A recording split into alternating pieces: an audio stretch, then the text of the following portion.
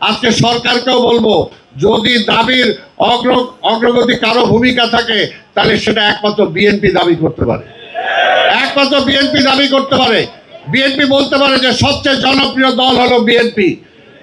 এই দেশের রাষ্ট্র ক্ষমতায় বারবার জনগণের সমর্থন নিয়ে বিএনপি এসেছে, কিন্তু আমরা এখনো কিন্তু সেইভাবে কথা বলি নাই, আমরা বলিও না।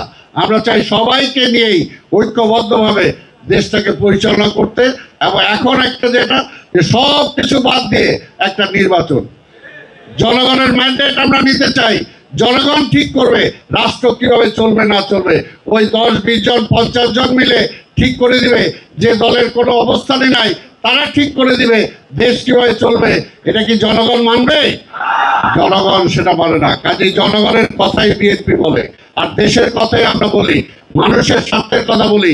বিএনপি নিজেদের ক্ষমতার জন্য কথা বলে না।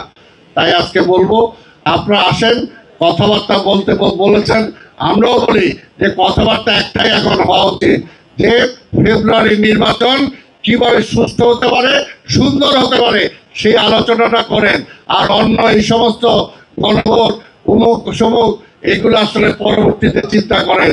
এখন জনগণ একটা নির্বাচন চায়, দীর্ঘদিন ভোট দিতে পারে নাই, তার প্রতিনিধি পার্লামেন্টে পাঠাতে পারে নাই।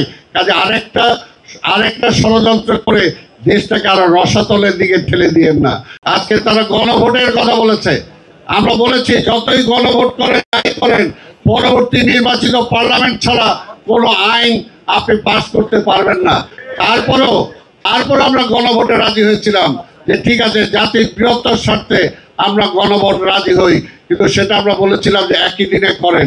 কি কারণে আজকে হাজার হাজার কোটি টাকা একটা গণভোট করতে গিয়ে খরচ হবে? এই টাকাটা কোথেকে আসবে? এটা কি ইসলামী ব্যাংক থেকে আসবে, নাকি এটা জামাত দিবে? এটা তো জনগণের পকেটের টাকা যাবে। সেই চিন্তা কিন্তু তারা করছে না, সেই চিন্তা তারা করছে না। অর্থনীতি 12টা বাজুক, মানুষ না খেয়ে মারা যাক, তাদের কিছু আসে যায় না, কিন্তু তাদের দাবিটাই মানতে হবে, তাদের দাবিটাই মানতে হবে।